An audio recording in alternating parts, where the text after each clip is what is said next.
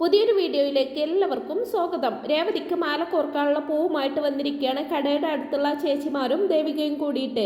അവർ വരുന്നത് കാണുന്നതും ഹോളിലിരിക്കുന്ന ശ്രുതി ദേഷ്യത്തോടെ അകത്തേക്ക് അങ്ങ് കയറി പോവാണ് കേട്ടോ ചെയ്യുന്നത്. ഇത് കണ്ട ചേച്ചിമാരും ദേവികയും ഒന്നും വല്ലാതാവുന്നുണ്ട്. വലിയ വീട്ടിലെ പെണ്ണാണെന്നൊക്കെയാണ് ദേവു പറഞ്ഞത്. അതുകൊണ്ടായിരിക്കും ഒന്നും മിണ്ടാതെ പോയത്. നമ്മളെപ്പോലെ ഉള്ളവരോടൊന്നും സംസാരിക്കില്ലായിരിക്കും അല്ലേ എന്നൊക്കെ അങ്ങനെ അവർ ചോദിക്കുമ്പോ ആ സമയം രേവതി ഒരു വല്ലായ്മയോടെ എന്നോട് പോലും അവൾ അധികം സംസാരിക്കാറില്ല ചേച്ചി, നിങ്ങളൊന്നും വിചാരിക്കരുതെന്നൊക്കെ പറഞ്ഞ് അവരെ അകത്തേക്ക് വിളിക്കുമ്പോ ഇല്ല മോളെ, ഞങ്ങൾക്ക് കടയിലേക്ക് പോവേണ്ട ടൈമായി. ദേവു ഇങ്ങോട്ട് വരുന്നത് കണ്ടപ്പോൾ മോളെ കാണാനുള്ള കൊതി കൊണ്ട് വന്നു പോയതാണ് ഞങ്ങൾ. എന്തായാലും ഞങ്ങൾ പോയിട്ട് സച്ചിമോൻ ഉള്ളപ്പോൾ വരാമെന്നും പറഞ്ഞുകൊണ്ട് പോവാണ് കേട്ടോ അവര് ചെയ്യുന്നത്.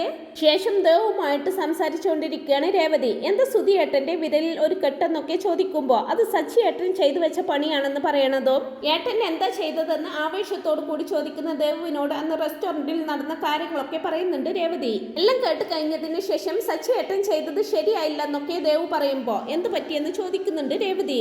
അവൾ പറഞ്ഞതും ചെയ്തതുമൊക്കെ വെച്ച് നോക്കുമ്പോൾ അവന്റെ വിരൽ മാത്രമല്ല അവളുടെയും കൂടി ചേർത്ത് ഒടിക്കണമായിരുന്നെന്നൊക്കെ പറയുമ്പോ നീ പോടി, അങ്ങനെയൊന്നും പറയാതെ എന്ന് പറഞ്ഞ് അവളെ ശാസിക്കുന്നുണ്ട് രേവതി.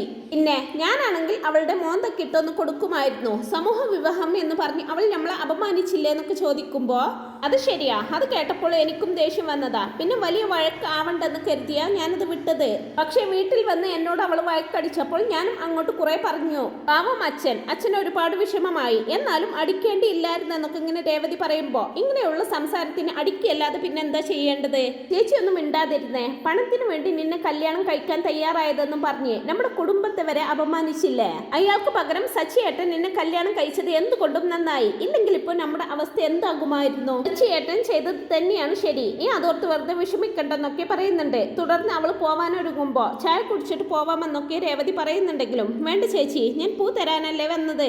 കടയിൽ തിരക്കുള്ള സമയമാണ്, ഞാൻ പോയിട്ട് വരാമെന്നും പറഞ്ഞ് അവളും യാത്ര പറഞ്ഞു പോവാണ് കേട്ടോ. സമയം ഇതെല്ലാം കേട്ടുകൊണ്ട് ഇങ്ങനെ ദേഷ്യത്തോടെ കിച്ചണിൽ നിൽക്കായിരിക്കും ചന്ദ്രമതി. രേവതി അവളെ യാത്രയാക്കിക്കൊണ്ട് നേരെ കിച്ചണിലേക്ക് വരുന്നതും രേവതിയെ തുറിച്ചു നോക്കുകയാണ് കേട്ടോ അവര്. അമ്മ എന്താ എന്നെ ഇങ്ങനെ നോക്കുന്നതെന്നുള്ള രീതിയിൽ രേവതി അമ്മയെ നോക്കുമ്പോൾ എല്ലാം പറഞ്ഞു കൊടുത്തോ എന്ന് ചോദിക്കുന്നതും എന്താ അമ്മയെന്ന് ചോദിക്കുന്നുണ്ട്.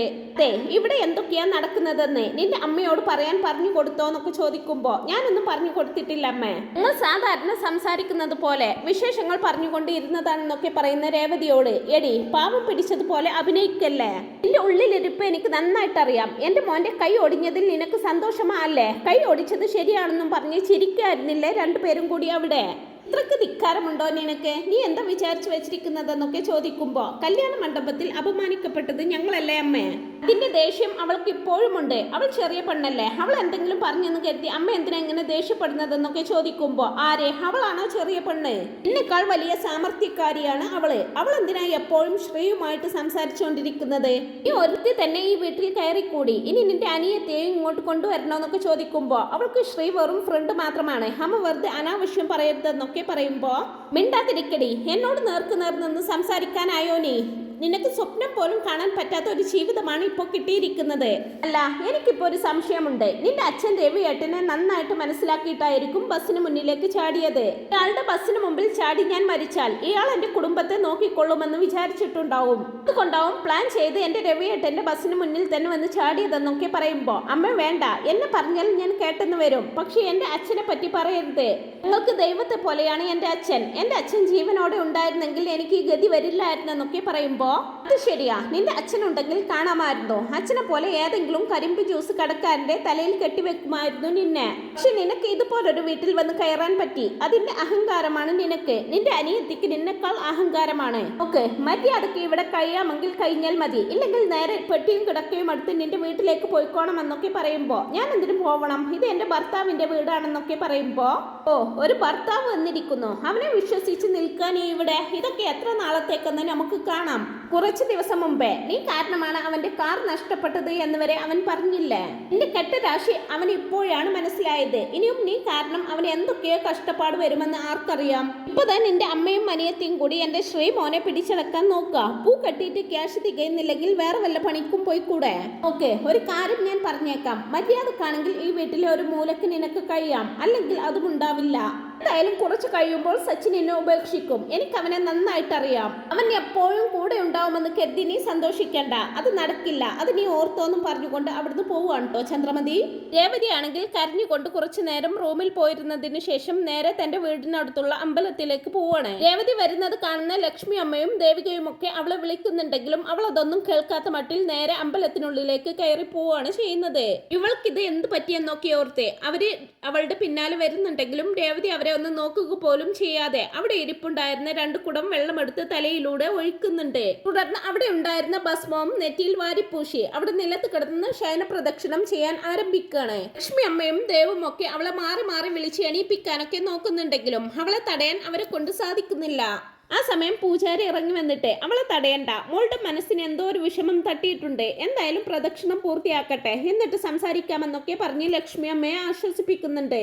അവിടെ എന്തോ ഒന്ന് നടന്നിട്ടുണ്ട് അമ്മേ, ഇല്ലെങ്കിൽ ചേച്ചി ഒരിക്കലും ഇങ്ങനെ ചെയ്യില്ലെന്നൊക്കെ പറയുമ്പോൾ നീ സച്ചിക്ക് ഫോൺ വിളിച്ച് കാര്യം പറഞ്ഞ് അവനോട് ഇങ്ങ് വരാൻ പറയാന്ന് പറയുമ്പോൾ ശരി അമ്മേ ഞാൻ വിളിച്ചോളാം എന്നും പറഞ്ഞുകൊണ്ട് വേഗം സച്ചിയെ വിളിക്കുന്നുണ്ട് ദേവിക. കാർ ഓടിച്ചുകൊണ്ടിരിക്കുന്ന സച്ചി ദേവുവിന്റെ ഫോൺ വരുന്നത് കാണുന്നതും പെട്ടെന്ന് തന്നെ എടുക്കുന്നുണ്ട്. ഏട്ടൻ എവിടെയാ? ഏട്ടൻ വേഗം അമ്പലത്തിലേക്ക് വാന്നൊക്കെ പറയുമ്പോ എവിടേക്കെങ്കിലും പോണോ, കാർ വേണോ എന്നൊക്കെ ചോദിക്കുന്നുണ്ട്. അതൊന്നും അല്ല ഏട്ടാ, ഒരു പ്രശ്നമുണ്ടെന്നും പറഞ്ഞുകൊണ്ട് രേവതി അവിടേക്ക് വന്ന മുതലുള്ള കാര്യങ്ങളൊക്കെ പറയുമ്പോ എല്ലാം കേൾക്കുമ്പോ സച്ചി വണ്ടി നിർത്തിക്കൊണ്ട് എന്തിനാ അവൾ അങ്ങനെയൊക്കെ ചെയ്യുന്നത്, എന്താ അവിടെ പ്രശ്നമെന്നൊക്കെ ചോദിക്കുമ്പോ ഇല്ല ഏട്ടാ, ചേച്ചി ചോദിച്ചിട്ട് ഒന്നും പറയുന്നില്ല, ഏട്ടൻ പറ്റുമെങ്കിൽ ഒന്ന് പെട്ടെന്ന് വാ, ചേച്ചിയുടെ അവസ്ഥയിൽ ഞങ്ങൾക്ക് പേടിയാകുന്നുണ്ടെന്നും പറഞ്ഞു ഫോൺ വെക്കുകയാണ് ദേവു. സച്ചി അങ്ങനെ ഒട്ടും സമയം കളയാതെ നേരെ അമ്പലത്തിൽ എത്തുന്നുണ്ട്. കാർ അവിടെ നിർത്തിയിട്ട് ഓടിക്കിതച്ചിട്ടായിരിക്കൂട്ടോ സച്ചി അമ്പലത്തിനുള്ളിലേക്ക് കയറി വരുന്നത്. ഇങ്ങനെ പ്രദക്ഷിണം ചെയ്യുന്ന രേവതിയെ കണ്ട് ഒത്തിരി വിഷമമാവുന്നുണ്ട് സച്ചിക്ക്. എന്ത് പറ്റി ഇവൾക്കെന്നൊക്കെ ചോദിക്കുമ്പോ അറിയില്ല മോനെ, ഞങ്ങൾ ചോദിച്ചിട്ട് ഒന്നും പറയുന്നില്ലെന്നൊക്കെ പറഞ്ഞു വിഷമിക്കുകയാണ് ലക്ഷ്മി അമ്മയും. പല പ്രാരാബ്ദങ്ങളുണ്ടെങ്കിലും ഞാനും അവളുടെ അച്ഛനും ഒരു വിഷമവും അവളെ അറിയിക്കാതെയാണ് അവളെ വളർത്തിയിട്ടുള്ളത്. പട്ടിണിയും പരിവട്ടവുമായി പല പ്രശ്നങ്ങളും വരുമ്പോൾ ധൈര്യത്തോടെ നേരിട്ടവളാണ് അവള്. കച്ചവടം ഇല്ലാതിരുന്നപ്പോൾ പച്ചവെള്ളം കുടിച്ചിട്ട് വരെ ഞങ്ങൾ ജീവിച്ചിട്ടുണ്ട്. അന്ന് പോലും ഞങ്ങളുടെ മനസ്സ് ഇത്രയും വിഷമിച്ചിട്ടില്ല. ഇതൊരു പ്രശ്നം വന്നാലും ധൈര്യമായിട്ട് നേരിടുന്നവളായിരുന്നു എന്റെ മോള്. ഇങ്ങനെയുള്ള എന്റെ മോൾക്ക് മനസ്സിന് ഇത്രയും വിഷമം വരാൻ വേണ്ടി മാത്രം അവിടെ എന്താ സംഭവിച്ചതെന്നൊക്കെ ചോദിക്കുമ്പോ സച്ചി ഒന്നും മിണ്ടാതെ രേവതിയുടെ അരികിലേക്ക് പോയി അവളെ പിടിച്ച് എണീപ്പിക്കുകയാണ് കേട്ടോ ചെയ്യുന്നത്. പ്രദക്ഷിണം ചെയ്തത് കൊണ്ട് തന്നെ എണീറ്റ് നടക്കാൻ പോലും വയ്യാത്തൊരവസ്ഥയിലായിരിക്കും അവളുള്ളത്. സച്ചി അവളെ പിടിച്ചു കൊണ്ടുപോയി അമ്പലത്തിന്റെ പടിക്കെട്ടിൽ ഇരുത്തിക്കൊണ്ട് അവളുടെ അടുത്തായിട്ട് ഇരിക്കുന്നുണ്ട്. കുറച്ചോടങ്ങനെ തൂണിൽ ചാരിയിരിക്കുന്ന അവളോടായിട്ട് എന്ത് പറ്റി രേവതി നിനക്ക്, എന്താ അവിടെ സംഭവിച്ചത്? ഞാൻ രാവിലെ പോകുന്നത് വരെ ഒരു കുഴപ്പവും ഇല്ലായിരുന്നല്ലോ, അപ്പൊ നിനക്കൊന്നും അറിയില്ല മോനെ എന്നൊക്കെ ചോദിക്കുന്ന ലക്ഷ്മി അമ്മയോടായിട്ട് ഇല്ലമ്മേ, ഞാൻ രാവിലെ സവാരിക്ക് പോയതല്ലേ, ദേവു വിളിച്ചപ്പോൾ മാത്രമാണ് ഞാൻ അറിയുന്നതെന്നൊക്കെ സച്ചി പറയുമ്പോ അപ്പൊ അവിടെ വീട്ടിൽ എന്തോ സംഭവിച്ചിട്ടുണ്ടെന്ന് പറയുന്നുണ്ട് ദേവിക. തുടർന്ന് സച്ചി രേവതിയോടായിട്ട് എന്ത് പറ്റി നിനക്ക്, അത് പറ, അവിടെ ആരെങ്കിലും നിന്നെ എന്തെങ്കിലും പറഞ്ഞോ എന്നൊക്കെ ചോദിക്കുമ്പോ കരയാണ് കേട്ടോ അവള്. എന്ത് പറ്റി, എന്തിനാ നീ കരയുന്നതെന്നൊക്കെ ചോദിക്കുമ്പോ സച്ചിയുടെ നെഞ്ചിലേക്ക് ചാരിക്കിടന്നുകൊണ്ട് പൊട്ടിക്കരയാണ് അവള്. സച്ചിയാണെങ്കിലും അവളെ ചേർത്ത് പിടിച്ചുകൊണ്ട് കരയല്ലേ രേവതി, ആദ്യം ഈ കരച്ചിൽ നിർത്ത്, എന്നിട്ട് കാര്യം പറയാന്നൊക്കെ പറഞ്ഞുകൊണ്ട് അവളുടെ കണ്ണീരൊക്കെ തുടച്ചു കൊടുക്കുന്നുണ്ട്. ആ സമയം അവിടുത്തെ പൂജാരിയും ഇറങ്ങി വന്ന് സച്ചിയോടായിട്ട് മോളെ ഇത്രയും വിഷമിച്ച് ഞാൻ ഇതുവരെ കണ്ടിട്ടില്ല, ചെറുപ്പം മുതലേ ഞാൻ കാണുന്നവളാണ് ഈ മോളെ, അത്രയും നല്ലൊരു കുട്ടിയാണ് ഇവള്, മോൻ ഒരിക്കലും ഇവളെ വിഷമിപ്പിക്കരുത്, മോൻക്ക് കിട്ടിയ പുണ്യമാണ് ഇവളെന്നൊക്കെ സച്ചിക്ക് പറഞ്ഞു കൊടുക്കുന്നുണ്ട് അദ്ദേഹം. അങ്ങനെ എന്തോ തീരുമാനിച്ചുറപ്പിക്കുന്ന സച്ചി രേവതി നമുക്ക് പോവാമെന്നും പറഞ്ഞുകൊണ്ട് അവളെയും പിടിച്ചെണീപ്പിച്ചുകൊണ്ട് നേരെ വീട്ടിലേക്ക് പോകുന്നുണ്ട്. നടക്കാൻ കഴിയാത്ത അവളെ ഒരു കുഞ്ഞിനെ കൊണ്ടുപോകുന്നത് പോലെ സൂക്ഷ്മതയോടെ ആയിരിക്കും സച്ചി കൊണ്ടുപോകുന്നത്. രേവതിയെ പിടിച്ചു കൊണ്ടുവരുന്ന സച്ചിയെ കണ്ട് ഇവൾക്ക് ഇതെന്ത് പറ്റിയെന്നുള്ള രീതിയിൽ ഇങ്ങനെ നോക്കി നിൽക്കുകയാണ് ചന്ദ്രമതി. രേവതിയെ അവിടെ ഒരിടത്തിരുത്തിയതിനു ശേഷം സച്ചി ചന്ദ്രമതിയോടായിട്ട് ഇവിടെ എന്താ നടന്നത്, നിങ്ങൾ എന്താ എന്റെ ഭാര്യയോട് പറഞ്ഞതെന്നൊക്കെ ചോദിക്കുമ്പോ ഞാനെന്ത് പറയാനാ, ഓ അതും പറഞ്ഞ് നിന്നെ കൂട്ടിക്കൊണ്ട് വന്നതായിരിക്കുമല്ലേ അവള്, എന്താടി അവനോട് പോയി പറഞ്ഞു കൊടുത്തതെന്നൊക്കെ ചോദിക്കുമ്പോ ഞാൻ ഒന്നും പറഞ്ഞിട്ടില്ല അമ്മ എന്ന് പറയുന്നുണ്ട്. ഇപ്പൊ എന്തിനാ നിങ്ങൾ അവളോട് ചൂടാകുന്നത്, അവളുടെ മനസ്സിനെ വിഷമിപ്പിക്കുന്ന രീതിയിൽ നിങ്ങൾ എന്തോ പറഞ്ഞിട്ടുണ്ട്. അവൾ എന്നോടൊന്നും പറഞ്ഞിട്ടില്ല, പക്ഷെ ഈ വീട്ടിൽ അവളെ വിഷമിപ്പിക്കാൻ നിങ്ങളല്ലാതെ മറ്റാരാ ഉള്ളത്? അതെടാ ഞാൻ അവളോട് ദേഷ്യപ്പെടും, അതിന് നിനക്കെന്താ, പക്ഷെ നീ അവളോട് വഴക്കടിക്കുന്നത് പോലെയൊന്നും ഞാൻ പറയാറില്ലെന്നൊക്കെ പറയുമ്പോ എന്റെ കാര്യം നിങ്ങൾ എന്തിനാ അന്വേഷിക്കുന്നത്, ഞാൻ അവളോട് എന്ത് വേണമെങ്കിലും പറയും, ചിലപ്പോൾ വഴക്കിട്ടൊന്നും വരും, കാരണം അവൾ എന്റെ ഭാര്യയാണ്, അതിനുള്ള അവകാശം എനിക്കുണ്ട്. അതുപോലെയല്ല നിങ്ങൾ അവളെ എന്തെങ്കിലും പറഞ്ഞാൽ അത് കേട്ട് ഈ സച്ചി മിണ്ടാതെ നിൽക്കുമെന്ന് നിങ്ങൾ കരുതണ്ട.